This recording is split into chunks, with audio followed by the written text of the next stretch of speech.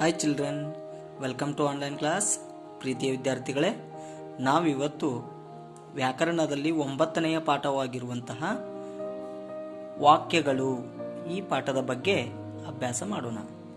ಪ್ರೀತಿಯ ವಿದ್ಯಾರ್ಥಿಗಳೇ, ನಾಮಪದ ಅಥವಾ ಸರ್ವನಾಮದ ಜೊತೆಗೆ ಅರ್ಥಪೂರ್ಣವಾದ ಕ್ರಿಯಾಪದವನ್ನು ಸೇರಿಸಿದರೆ ಒಂದು ವಾಕ್ಯವಾಗುತ್ತದೆ. ಗಮನಿಸಿ, ನಾಮಪದ ಅಂದರೆ ವ್ಯಕ್ತಿ, ವಸ್ತು, ಸ್ಥಳಗಳ ಹೆಸರನ್ನು ಹೇಳುವಂತಹ ಪದಗಳಿಗೆ ಏನಂತ ಕರೀತಾರೆ? ನಾಮಪದಗಳು ಅಂತ ಕರೀತಾರೆ. ಅಥವಾ ಸರ್ವನಾಮ. ಸರ್ವನಾಮ ಅಂತಂದ್ರೆ ಏನು? ನಾಮಪದದ ಬದಲಿಗೆ ಬಳಸುವಂತಹ ಪದಗಳು.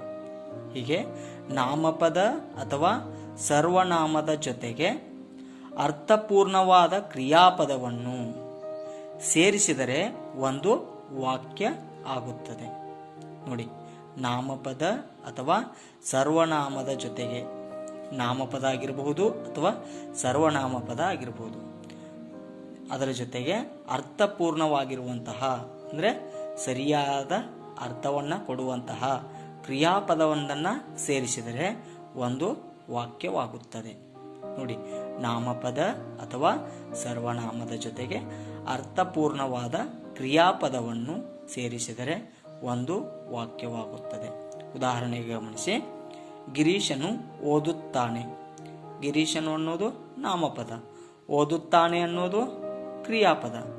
ಹೌದಾ? ನಾಮಪದಕ್ಕೆ ಕ್ರಿಯಾಪದವನ್ನು ಸೇರಿಸಿದಾಗ ಇಲ್ಲಿ ವಾಕ್ಯವಾಗಿರುವುದನ್ನು ಗಮನಿಸಬಹುದಾಗಿದೆ. ಅದೇ ರೀತಿ ರಮೆಯು ಹಾಡುತ್ತಾಳೆ. ಇಲ್ಲಿ ರಮೆ ಅನ್ನೋದು ನಾಮಪದ, ಹಾಡುತ್ತಾಳೆ ಅನ್ನೋದು ಕ್ರಿಯಾಪದ.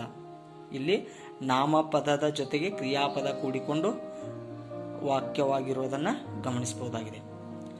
ನಾಮಪದ ಹಾಗೂ ಕ್ರಿಯಾಪದಗಳ ಜೊತೆಗೆ ಇತರ ಪದಗಳನ್ನು ಸೇರಿಸಿ ವಾಕ್ಯವನ್ನು ಇನ್ನಷ್ಟು ಅರ್ಥಪೂರ್ಣವಾಗಿ ಮಾಡಬಹುದು. ನೋಡಿ, ಇಲ್ಲಿ ನಾಮಪದ ಕ್ರಿಯಾಪದಗಳು ಎರಡೇ ಇವೆ, ಆದರೂ ವಾಕ್ಯ ಆಗಿದೆ. ಹೌದಾ?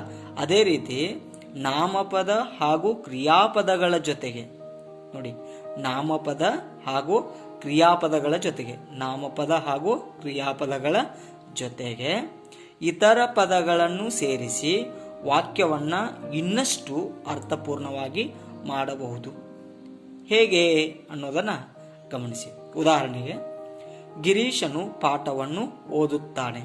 ನೋಡಿ, ಗಿರೀಶನು ಓದುತ್ತಾನೆ ಅಂತ ನಾವು ಹೇಳಿದ್ವಿ, ಆದರೆ ಅದನ್ನು ಇನ್ನಷ್ಟು ಅರ್ಥಪೂರ್ಣವಾಗಿ ಹೇಳಿದಾಗ ಗಿರೀಶನು ಪಾಠವನ್ನು ಓದುತ್ತಾನೆ ಅಂದರೆ ಮೊದಲನೇ ವಾಕ್ಯಕ್ಕಿಂತಲೂ ಈ ವಾಕ್ಯದ ಅರ್ಥ ಇನ್ನೂ ಸ್ಪಷ್ಟವಾಯಿತು.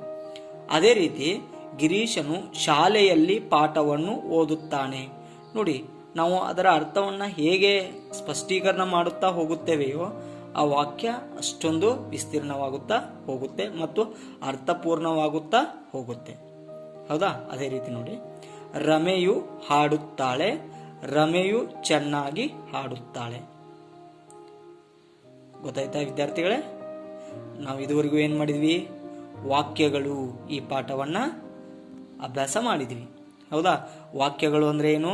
ನಾಮಪದ ಅಥವಾ ಸರ್ವನಾಮದ ಜೊತೆಗೆ ಅರ್ಥಪೂರ್ಣವಾದ ಕ್ರಿಯಾಪದವನ್ನು ಸೇರಿಸಿದರೆ ಒಂದು ವಾಕ್ಯ ಆಗುತ್ತದೆ.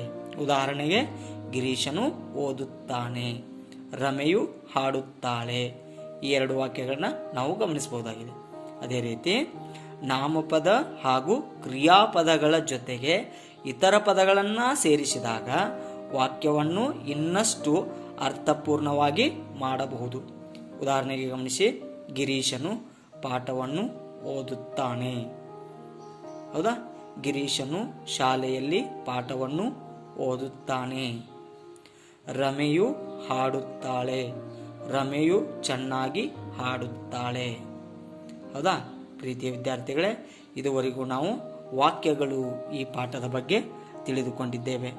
ನೀವು ಈ ಪಾಠವನ್ನು ಸರಿಯಾಗಿ ಓದಿಕೊಂಡು ಪರಿಪೂರ್ಣರಾಗಿ ನಿಮ್ಮೆಲ್ಲರಿಗೂ ಶುಭವಾಗಲಿ.